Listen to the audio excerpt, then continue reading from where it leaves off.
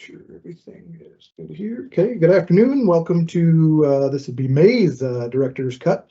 Thank you for tuning in. We will begin with the Department of Mineral Resources Director, Lynn Helms. Lynn? Yeah, thank you, Brock.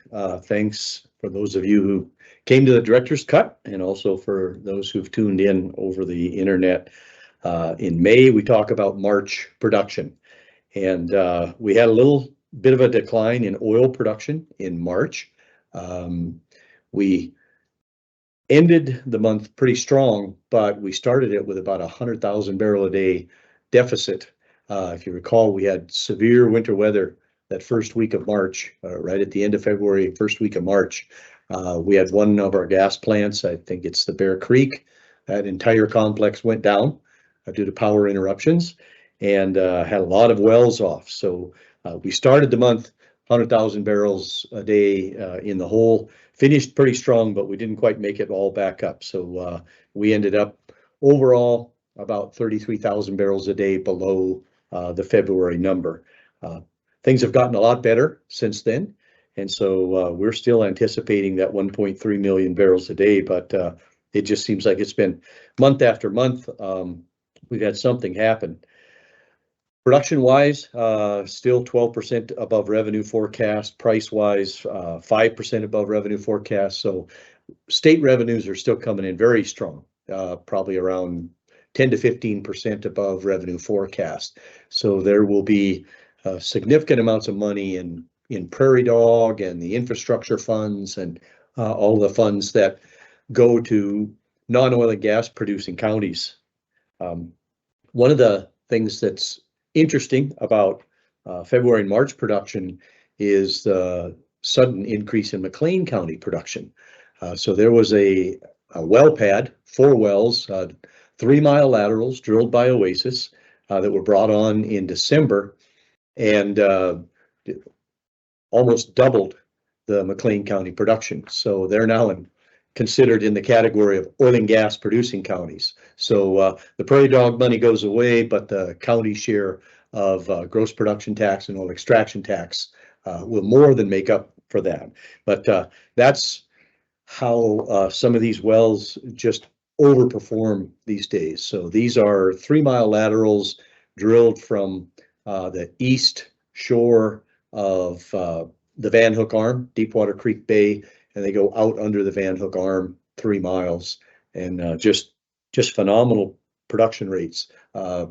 Those 4 wells all producing in the neighborhood of 2,000, 3,000 barrels a day. So really important, statistics there.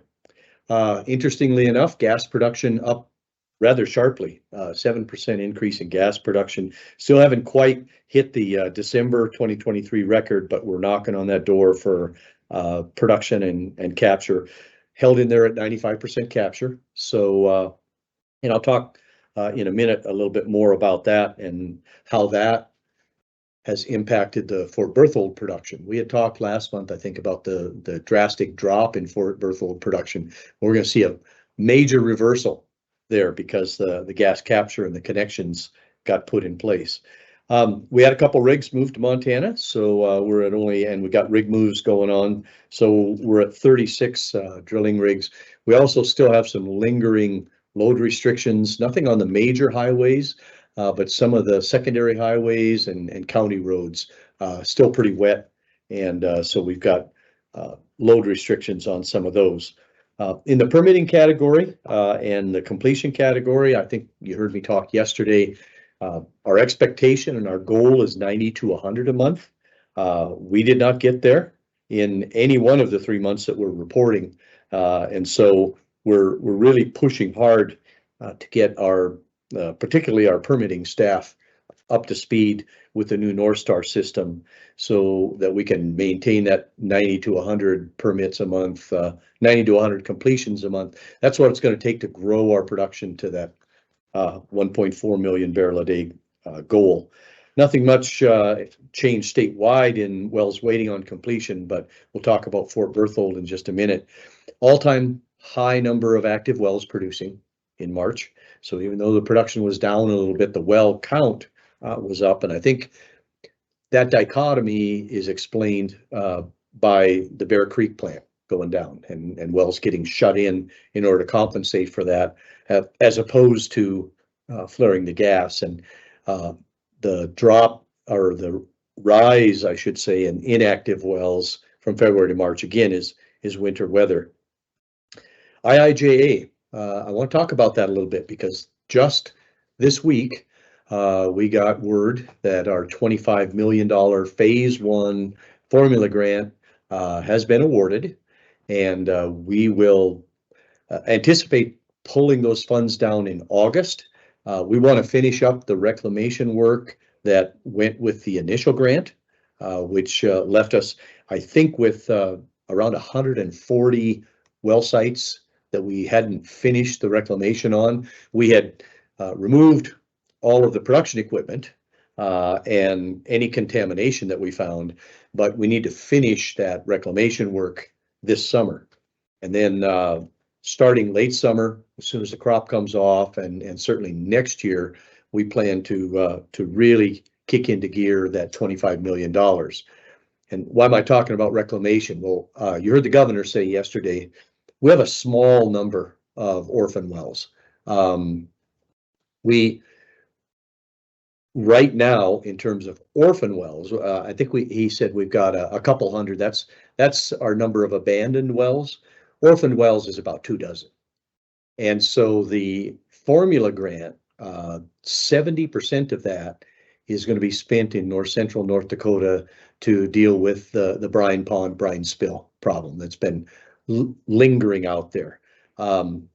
When we had about a 7-year plan to do that out of the abandoned well plugging and site restoration fund, which is largely funded by gross production tax, so it's oil money funding it, and it was going to be kind of a slow burn on those funds. But Department of Interior approved us using 70% of the 25 million to just go in and take care of the problem over 2 years. So instead of dragging it out over a 7-year time frame, we're going to have the federal funding to just deal with it. And there was a great presentation on the work, the remediation work that Terracon developed for us to, and they talked about the 6 or 7 years of research that went into figuring out how to reclaim and remediate the old brine ponds and the large brine spills that we have in Bottineau and Renville County. So we're excited about that. That's going to start late this fall and carry over into next year. And our plan is that all 221 sites will be dealt with over a 2-year time frame. So let's see, was it which band was it that wrote this song? I feel the earth move under my feet. I can't remember who. King. That was Carole King. Okay. Well, Bottineau and Renville County will be singing Carole King song. They'll be feeling the earth move, because there will be a tremendous amount. What's exciting about it is that Terracon developed a process that's not dig and haul and replace. You do actually have to dig the contaminated soil out, but with their process, you're able to put amendments on it and remediate it there in place. So this is going to be an exciting time for Bottineau and Renville County. Those brine ponds date back to the 60s and 70s. And so I'm extremely excited that over a 2-year time span, weather permitting, that is all going to go away. And so I wanted to talk about that. I'll jump to Fort Berthold. Major change in direction. We've been watching the production on Fort Berthold gradually decline over the last year or two, and it had dropped, I think, over 20 months. It was down about 35%. Well, all of that changed between February and March. There were 2 very large multi-well pads that were sitting waiting for gas gathering infrastructure. They were held up by federal right of way, and so there were 4 duck wells and 4 wells that had been completed, but were just left shut in on one pad. There was another 10 well pad. And so we saw 15. So in February, we had 24 wells waiting on completion. We're down to 9. So 15 brand new Bakken and Three Forks wells come on between February and March. And so production jumped about 71,000 barrels a day. And so really, really good news for our friends on Fort Berthold Reservation. And that really shows you the potential. And I think I've talked about it in the past, and I was visiting with some folks during the conference. We've identified 217 straddle well locations that could be drilled. So when you look at the impact of 15 new wells, what would 217 straddle well locations across the Little Missouri and from the reservation out into some of the BLM lands that are no surface occupancy, what kind of difference those could make. So hopefully we'll be able to work on some agreements with the tribe to resolve how we're going to deal with some of those riverbed issues and how we're going to deal with drilling straddle wells from the reservation out under some of those NSO lands.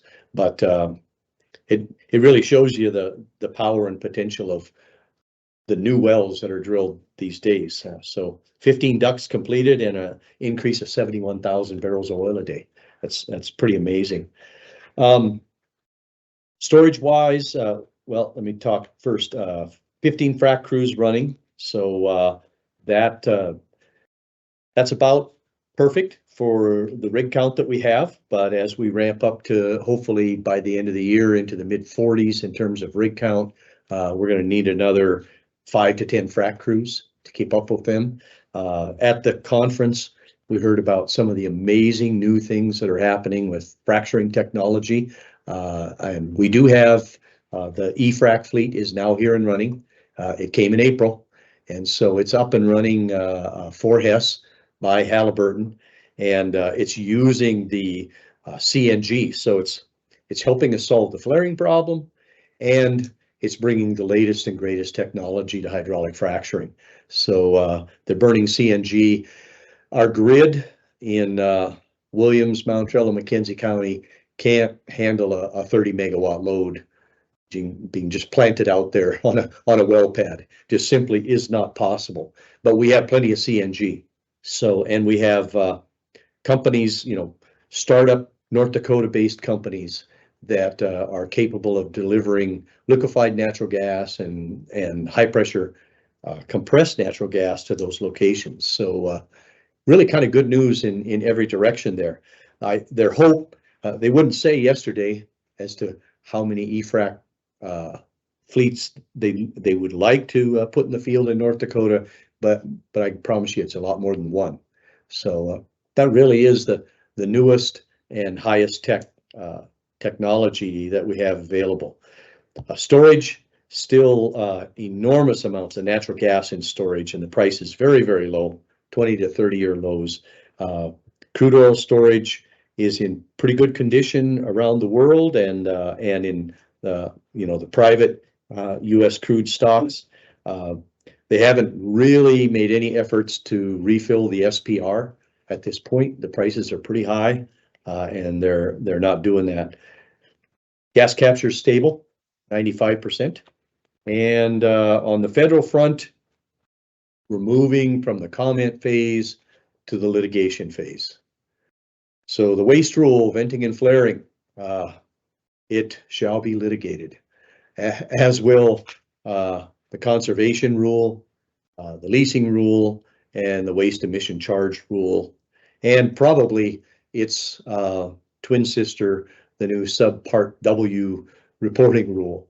So we're shifting, I guess, what does that make? 5 in total, 5 federal rules that have just recently been published in the Federal Register in their final form. And so we commented on all of those. We, in our comments, established standing for the state. And so now we're working with other states. And if we don't have other state partners, we're working by ourselves to move into the litigation phase. Why? Because the negative impacts of those rules take effect even if the rule were to be eventually overturned in the courts or by Congress through the Congressional Review Act. They chase away capital, and they cause wells to become abandoned and orphaned, and so the impacts happen even if you ultimately prevail in the courts. So we're going to be seeking preliminary injunctions and stays and those sort of things. But that's where we're going, at least on 5 rules, is moving from commenting to litigation. And that's it. So questions, Brock or Dave, Joey? No, nothing online. Okay. So you're saying that we are going to see court action soon?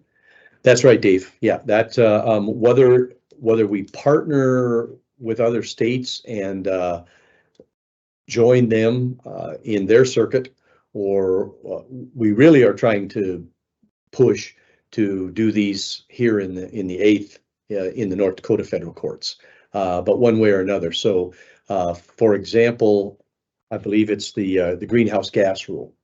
We actually jumped on board with 20 other states, and we're going to the DC circuit with West Virginia. Now, Clean Air Act rules, you have to sue in the DC circuit.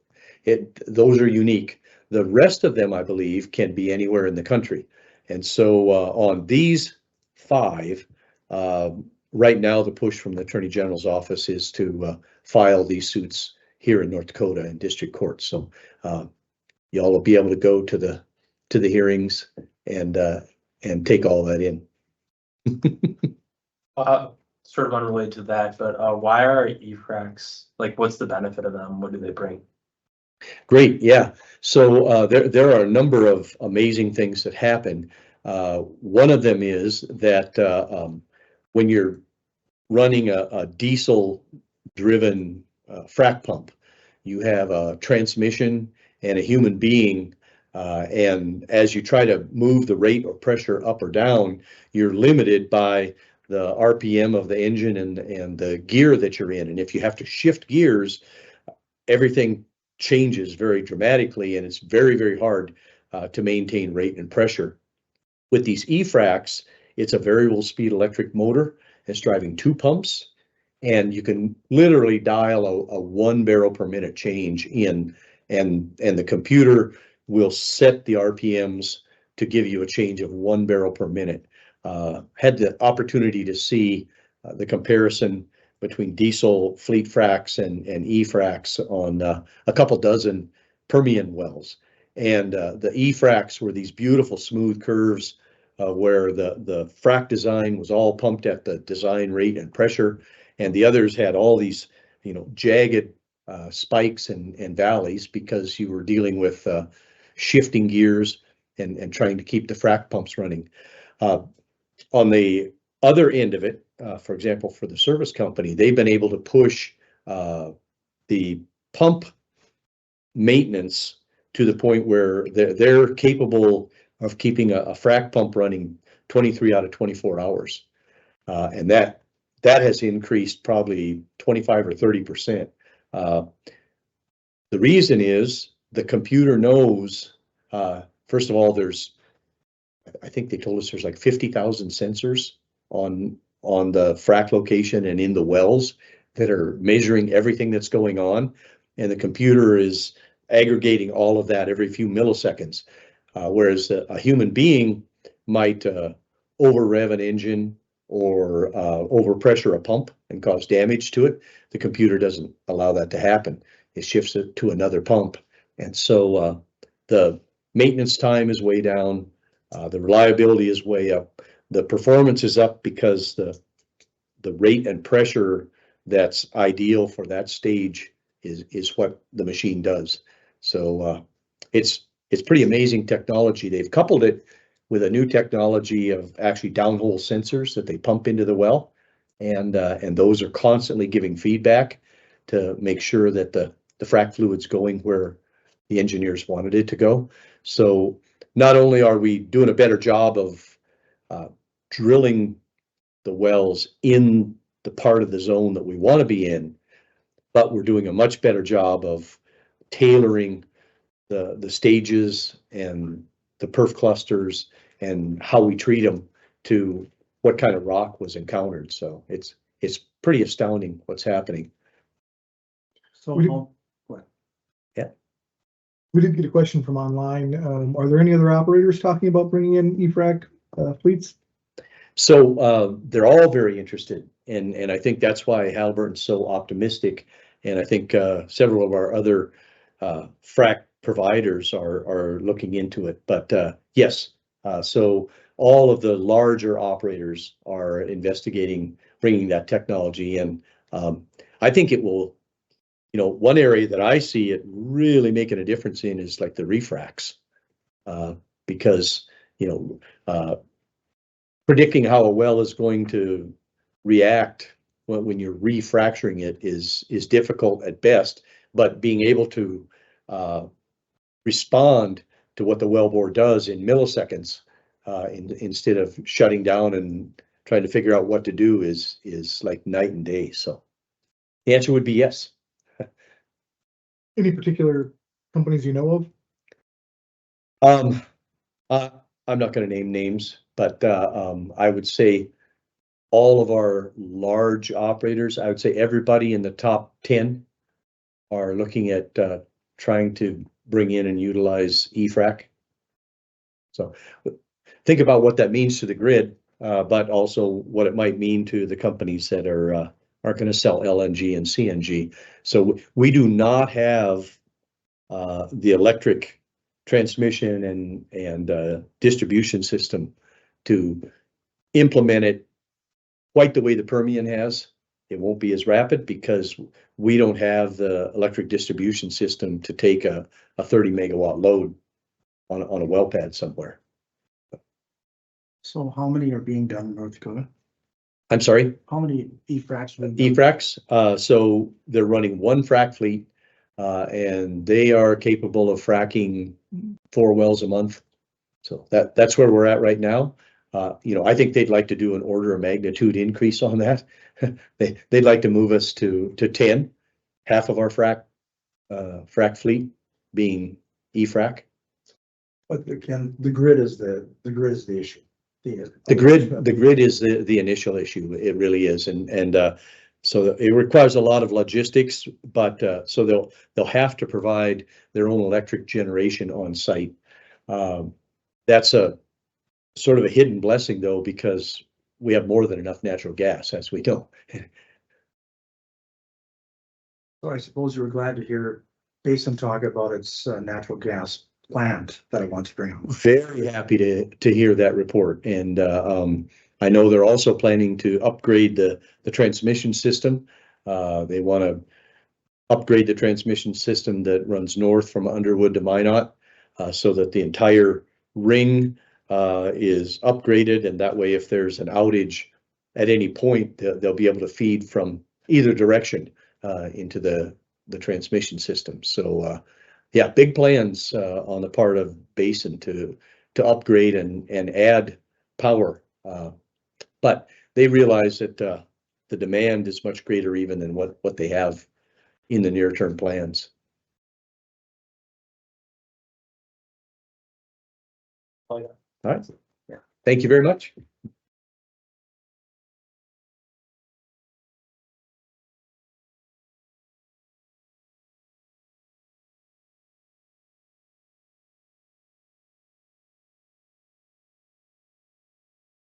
You ready?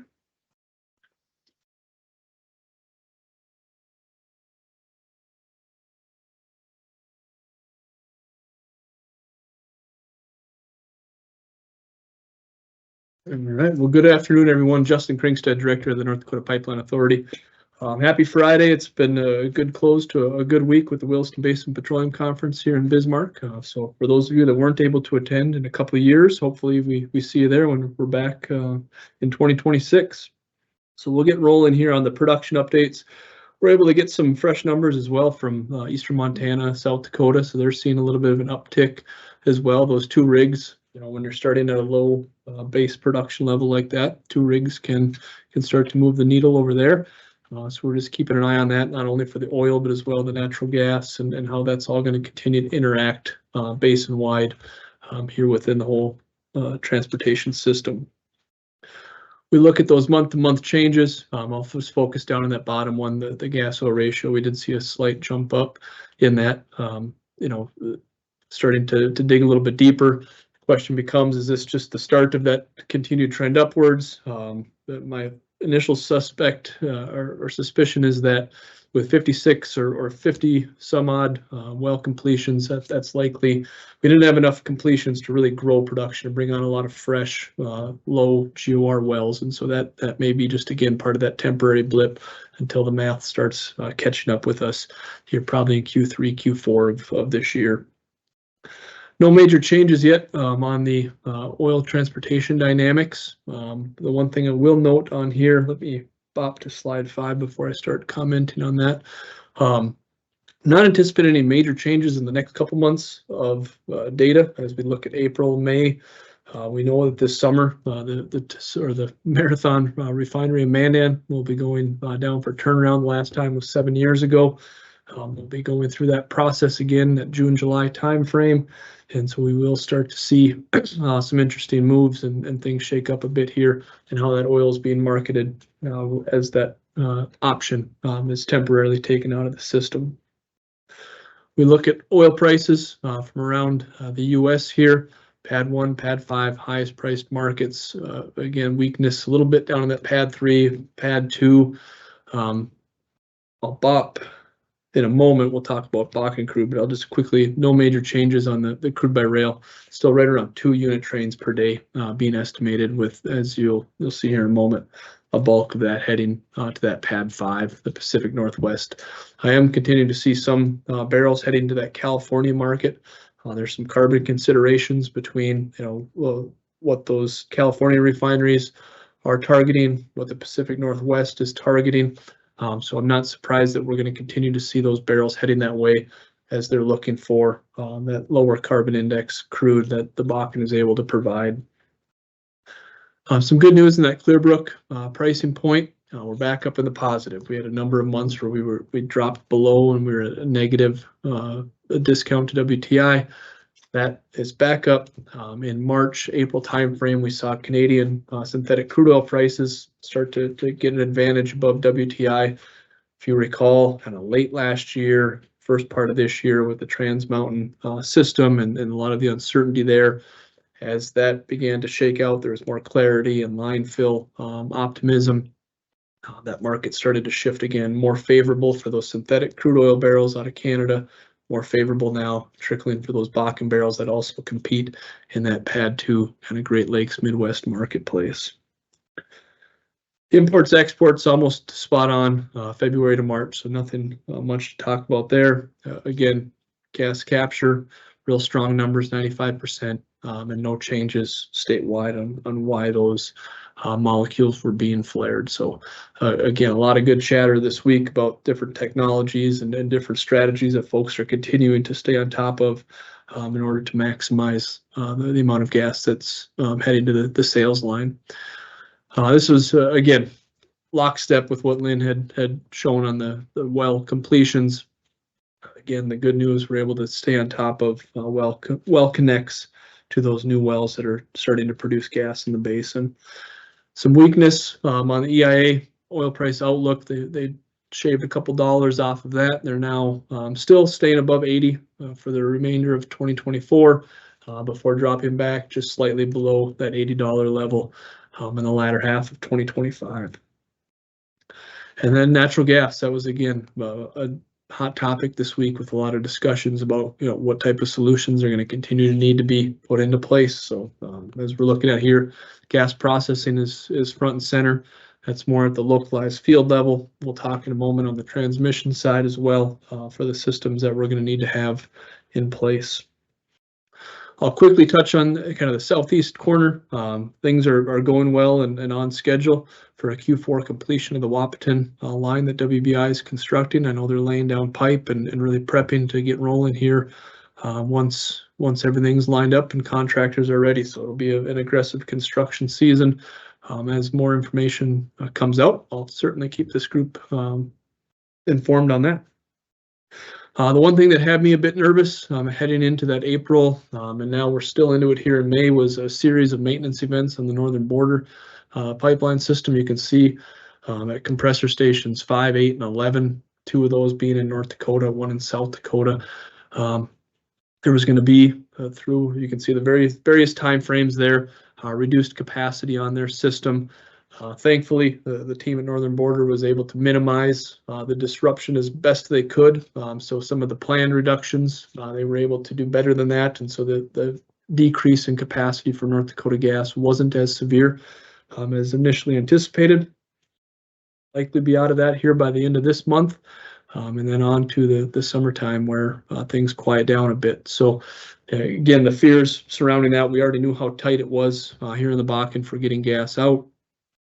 In that April timeframe, there was a lot of similar things happening with maintenance down in the Permian, where we saw flaring increase. We saw natural gas prices go negative in the Permian for a good chunk of time, and so there was a lot of scuttle trying to figure out, how the basin was going to handle it. I would say they've handled it very, very well. For most folks, they likely haven't noticed much of a difference, but the reason for that, they were able to back off additional Canadian gas. So the northern border system continuing to be filled day in and day out with growing levels of Bakken and North Dakota natural gas. And then BTUs, that is one tool that folks now are starting to kind of publicly talk about a little bit. If they can pull some more ethane out of our natural gas stream, that does allow for a little bit more space. And so we may actually see some of these BTU levels come down as folks are pulling ethane out just to keep additional space available for the methane, the C1 component in that system. So a lot of levers to pull that folks are going to get creative here as things continue to get tight throughout the remainder of this year and throughout next year. So with that, I'd be glad to answer any questions. I have one, Jim. Yeah. I'm curious now. If they're pulling the ethane out, where does that go? Yes, good question. So for those online, the question was about where does the ethane go? So we have 2 options for ethane that's captured at our gas processing plants. One option is the Vantage system, which goes up into Alberta for the petrochemical industry up there, and that's a purity ethane system. The other option is to put that ethane into what we call the Y-grade mix. So it's a mixture of ethane, propane, butane, natural gasoline. That goes down the One Oak system to Bushton, Kansas, where it can then be separated into its various components. So it gets into a different pipeline system rather than the dry gas residue lines. You mentioned petrochemicals. There hasn't been a lot of discussion. I haven't heard a lot of discussion about petrochemical in North Dakota. There is. Heard. Yep. So the question was about petrochemical opportunities. Right now, a lot of the focus is on storage. I know Lynn's team at the Geological Survey and others are continuing to aggressively look at storage options. That's, I think, one key thing that has been missing thus far in North Dakota. So if we can identify some strong storage locations, I think that'll start to open the door a bit to some of those parties looking for opportunities. You think that Bakken oil growth in the next 1 to 2 years will be limited by the ability to get gas out of the basin? Great question. I would say it's going to get very tight over the next 2 years on our ability to manage the growing levels of gas production. So I think we've got room to grow on the oil. But it's not an unlimited growth. Could the basin handle 60 or 80 rigs? A real aggressive growth schedule? I don't think so. It's going to be a challenge between now and early 2026 before the Bison Express project comes into service. That operators and the midstream companies are going to have to continue to manage that through a lot of creative techniques. Again, the ethane content being one of them. In-state demand, can more of that gas be diverted to power generation or other in-state uses? So it's going to be challenging. I think there's still room to grow on the oil side, but it's not an unlimited growth scenario. If you find a way to pump a lot of ethane down in New Orleans, do it. Yes, so. I've been waiting to use that. All right. Well, thank you, everyone. Have a good rest of your day.